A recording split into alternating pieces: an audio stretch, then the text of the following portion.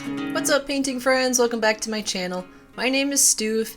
Today we're going to do an acrylic painting tutorial of a sunset. This painting is inspired by the sunset in my parents' backyard. My mom always sends me pictures of the sunset. I think that's her favorite part of living in the mountains. So this one is inspired by the beautiful sunsets there. We are using acrylic paints today. I have cadmium yellow medium, primary yellow, phthalo green, ultramarine blue, vermilion red, and that one is like a sangria red. If you have like an Indian red or a warm brown color, that's what we have there. We also have some magenta, some purple or violet. We have burnt umber, and we're also going to add some white. To get started with this painting, I took some of my cadmium yellow medium and I just went back and forth covering the center part of the canvas, so looking up to down. We just got the middle part. I went back and forth with the brush, and then I added a little bit of my vermilion red to that. And I realized I forgot to add white, so I added some white to the canvas. Then I blended that in with my mixture and put that color right over top of that solid yellow. And the yellow is still wet here, so I'm blending it by just going back and forth, lightly pressing on the canvas, not super saturating the brush with too much paint, just enough to let those colors get a nice smooth transition. Here I'm starting to add a little bit more of my reds and a little bit more white, so we're losing some saturation and it's getting warmer as we're going higher up into the sky, and then continuing to add a little bit more white. Then at the very top I just added a tiny hint of that ultramarine blue just to start to cool it down a bit, and we just kept that back and forth brush stroke to get that nice smooth transition of color. Here I added a tiny bit more of the ultramarine blue and just worked the brushes going back and forth all the way down until it merged and had a nice smooth transition with that orange color. I'm also painting the outer edges of my canvas here. You don't have to do this, especially if you're working on a thin canvas panel. Here I took that primary yellow and I'm just brushing that right over top of the yellow at the bottom section where I previously put the yellow, just to warm up that section a little bit, adding a little bit more white as well to brighten things up in the sky, adding a couple little clouds here where the light is from the sun is just kind of brightening up the sky a bit. And now I'm beginning to work on the sun. So I just took some pure white, and the yellow behind this white paint is still a little bit wet, so it's blending a little bit with that yellow.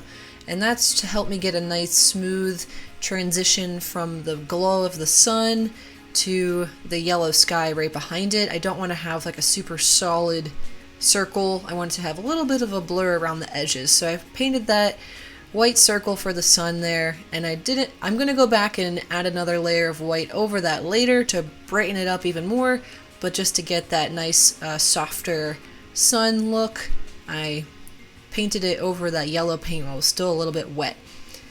Now we're blending a little bit of our reds with a little hint of white, using a small brush. And I'm holding the brush at an angle so I can get a nice thin line here. This is the part of the cloud that is kind of lit up by the sun. It's nice and warm. And then the top parts of the cloud are going to have a little bit cooler tones in there because they're going to be a little bit more in shadow. So I'm starting to blend a little bit of my violet and hint of magenta in here as well. Still going back and forth with my brush. Not putting too much paint on the brush so I can get a little bit of a drier textured look. Here I mixed even more violet, some magenta, and titanium white, adding a hint of my cadmium yellow medium, hint of vermilion, red, Another little bit of white. And that's just bringing that saturation down a little. Kind of cools it down a bit too. And I'm just putting this over top of that vermilion red warm highlight at the base of the cloud. At first I'm just doing back and forth brush strokes just to get that paint on there. And then I take the extra paint off my brush and I just start to blend that top into the background. I just kind of fuzz it out. So I'm kind of pressing with a little bit more force onto the canvas just to really blend and get that soft, puffy cloud texture. Now I'm blending a little bit more of my violet and a hint of my ultramarine blue, and I'm continuing to build up my shadow in the top part of the cloud. I don't have too much paint on my brush, just a little bit to get some color on there and keep that puffy texture. Taking a little more vermilion red.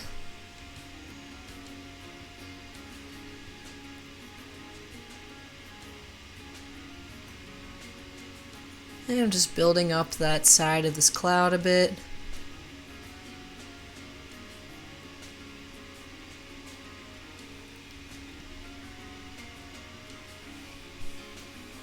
Adding a bit more ultramarine blue, white, violet. Just really cooling down that color. And we're going to add that. I'm going to add a bit more white to it. There we go, a bit more blue. And we're going to add that to the right side. That's the part of the sky in this painting that's the farthest away from the sun, so it's going to be more cool than the rest of the clouds. I'm just building up the puffy clouds at the top. Just making little swirls, and I have the extra paint all off of my brush now, so I'm really just kind of pushing the paint that's already on the canvas around a bit more just to give it that puffy texture.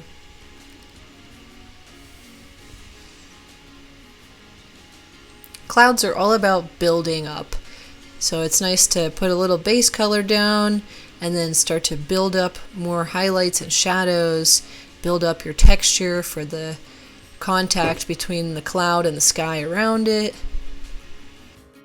So I'm just continuing to wrap that cool purple all the way around the canvas, just at the tops of the clouds as we're moving farther away from the sun. Taking a little bit of my violet and mixing it into that highlight color, adding a hint more white to bring that saturation down, hint more vermilion to warm it up a bit. And now I'm starting to build up a little highlight in my cloud. Put that paint down, then I took the extra paint off the brush, just kind of let that blend in. Taking a little bit more of my vermilion red with some white. Just trying to really warm up the bottom part of the cloud.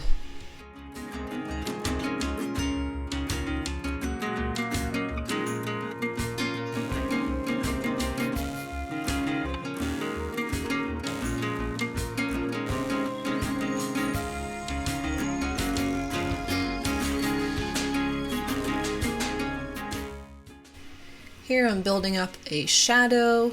This cloud is a little bit farther in the background. It's got a bit more of a shadow at the base of it.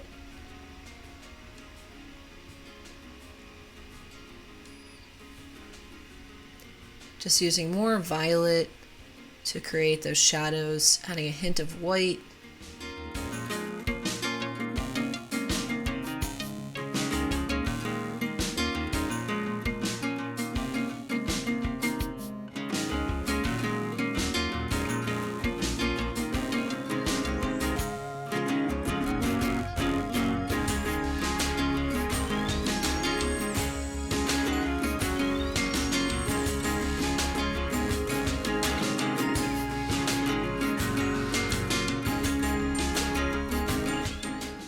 Now I'm blending my white with my ultramarine blue and some violet again to get a nice cool highlight color. So we have a bit of a highlight on the cool side It's just going to have a little more white and a little bit more blue than our shadow color that's already down.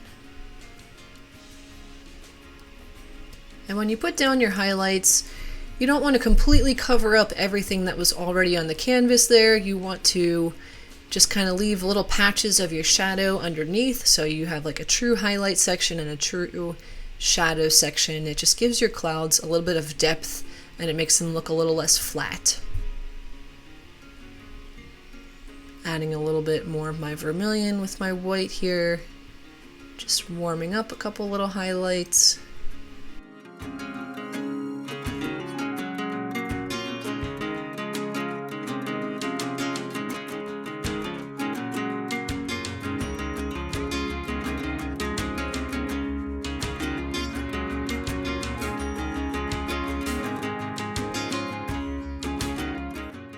Adding another cool little highlight there, and I'm very lightly, gently pressing on the canvas here and just letting that paint get a nice soft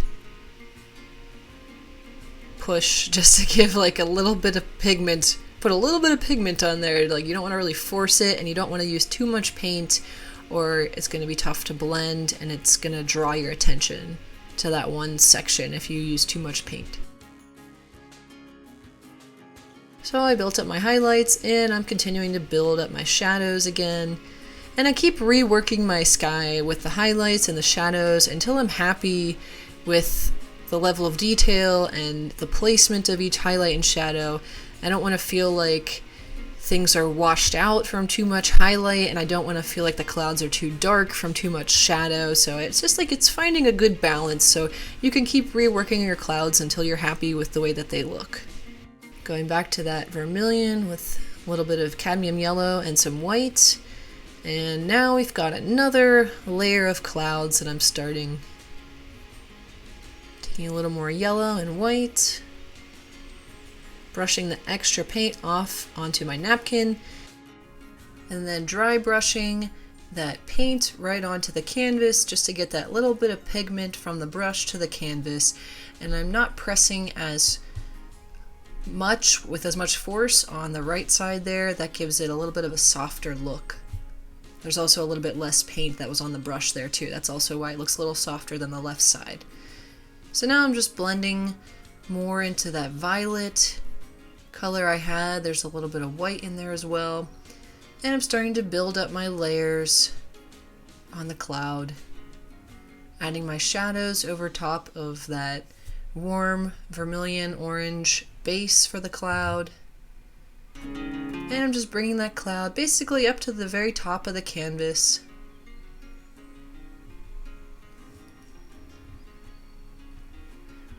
Just filling out the shape of the cloud first, and then I'll continue to build up those highlights and shadows.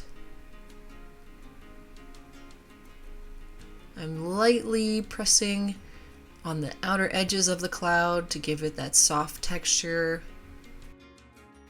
Taking a little bit more white with my ultramarine blue and putting a cool brush stroke on the left side of the cloud, and then starting to add the highlight in certain little sections on there.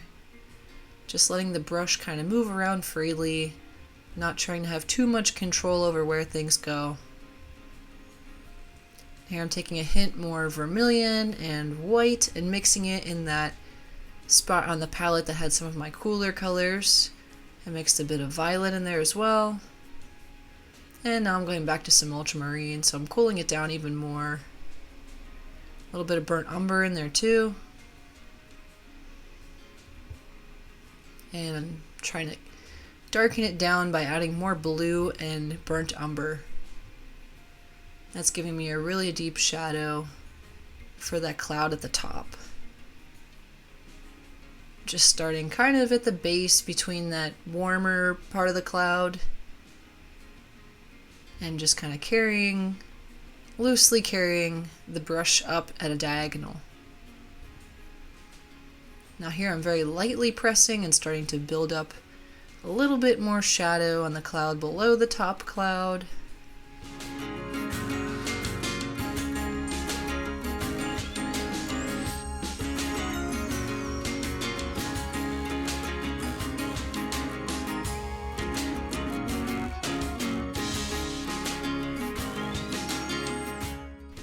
taking some of that sangria red and a little vermilion and just boosting the highlight at the base of the clouds again, adding a couple itty bitty little clouds that are just kind of very far off in the distance, starting to kind of haze out from the cloud in the middle and just kind of extending that darker shadow going out into the yellow sky behind it. Just trying to find a good balance of space between cloud and sky. Here I'm going back with my white and I'm touching up the sun. As I mentioned previously, I wanted to wait until that yellow was dry before adding another layer of white, just to make that white pop a little bit more and stand out from that yellow.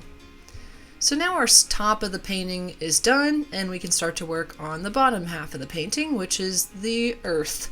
So we have rolling hills / old mountain here, covered in trees, and I'm using my medium-sized flat-tipped brush. It's probably about a 1/2 inch brush, and it's kind of gnarly, as you can see. It's not in perfect, pristine condition. You don't want to use a brand new brush for this section. You want to have a brush with a little bit of fray to it, so you can get that look of some very full trees at the top of these hills here. So you hold the brush to and lightly press against the canvas to give it that look that you have some trees there.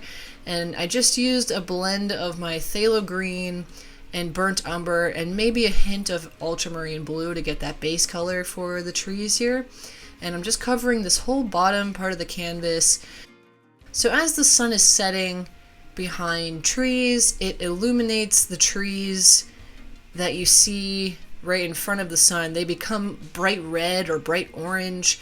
So that's what I'm doing here. The sun's starting to set behind this tree line, so it's just brightening everything up that would be right in front of it, between me and the sun.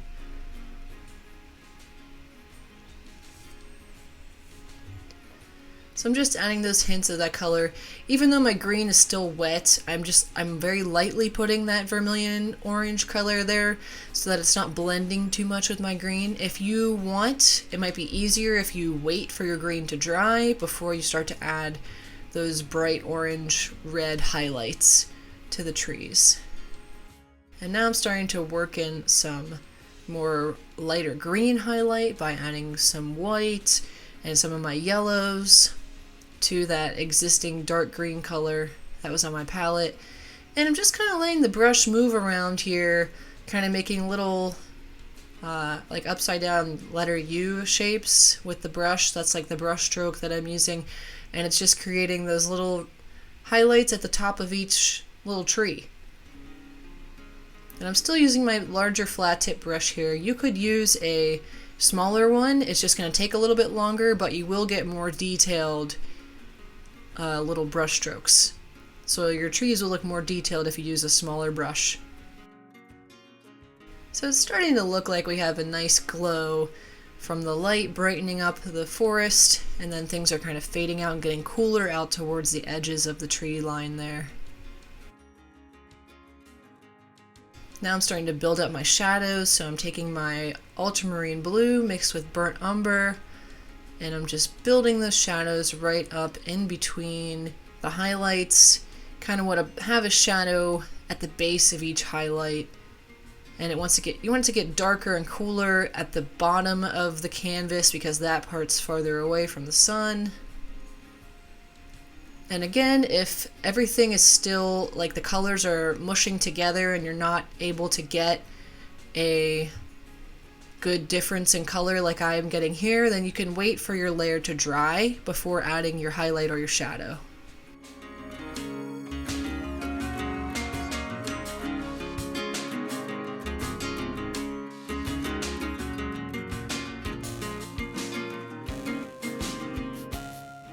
Still building up the shadow here in the lower right. We are just taking that ultramarine blue with burnt umber and just completely covering that bottom corner with that shadow. As the brush starts to move a little farther up, then I'm starting to get a little bit more defined with my brushwork so that I make it look more like shadows for each little tree. Here I mixed a little more vermilion and maybe some of my cadmium yellow medium here just to warm up my green, and I just added a couple more kind of warm highlights for the tops of the trees. And you can create a sense of depth with this hillside by making the trees at the bottom of your hill have larger tree shapes, like larger highlights and bigger brush strokes, and at the very top where the hill is farther away from you than the bottom of the hill, you can make your brushwork a little smaller and make your trees a bit smaller. And then we have a little bit of a field at the very lower left side of the canvas, so I just mixed a little bit more of my yellow and red into my phthalo green, maybe a hint of that sangria red as well. And in the foreground on the left side of this painting we have a tree, so I'm blending my burnt umber with my ultramarine blue, and I'm using a liner brush there. I thinned down the paint with some water, and I'm just very carefully dragging that paint down using the brush and putting the little limbs on the tree there, and I'm making my trunk get a little bit more wide at the base. First I just did 3 small lines going down, and then I thicken up the trunk later. But here I'm also using my liner brush, using some phthalo green and some sangria red to start to create the individual little leaves on this tree. And you could also use a small round-tipped brush for this part. Might be a little bit easier and more controlled than using a liner brush like I'm using here. But with the liner brush you have to press very gently so you don't get a full line and you just get these little tick marks. And you also, it's helpful if you thin your paint down with some water or a medium. Here I just used water, and I'm just taking the brush and just starting to kind of sketch out individual little branches with some leaves, as if the leaves are all coming out from each little branch. And I just repeat that pattern, creating little branches and leaves going all the way down to, I'd say, a little farther than halfway down the canvas.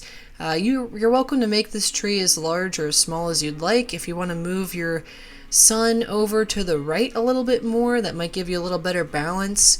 Or you could even add another tree or bush to the right side of your painting if you want to have like the sun kind of really peeking through 2 trees in the foreground. You could do whatever appeals to you the most when you're creating your own painting. But I just put down this shadow color first for my tree in the foreground and let that sit for a bit. Then I go back and I'll start to add some warm highlights on the leaves and branches that are on the right side of the tree. Here I'm blending some cadmium yellow medium, hint of my sangria red, and I'm going to use that for my highlight color. So the sun is behind us, our light source is behind the tree, so we don't want our highlights on the tree to be like bam, super bold, you know, right in front of you on the side closest to you. You want more of the light to appear that it's on the back side of the tree and the right side of that tree. So I'm doing some subtle highlights on the side closest to us, but they're definitely not the brightest highlight part on the tree. Still using my liner brush here, adding my highlights just in little tiny spots over my shadow. If it starts to blend a little too much, then I'll let it sit and I'll add another shadow, then boost the highlight again.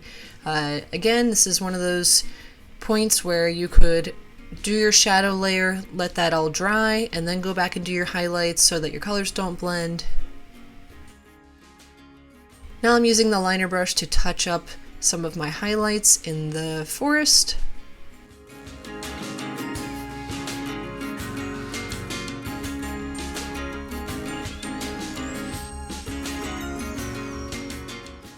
We have just a couple more finishing touches here. I did one more round of boosting the contrast between highlight and shadow here by placing a darker shadow on the forest here, more on the right side of the canvas. Still using my liner brush for that. And next I took a little bit more of my yellow with a hint of vermilion. And I just warmed up that grassy area a bit.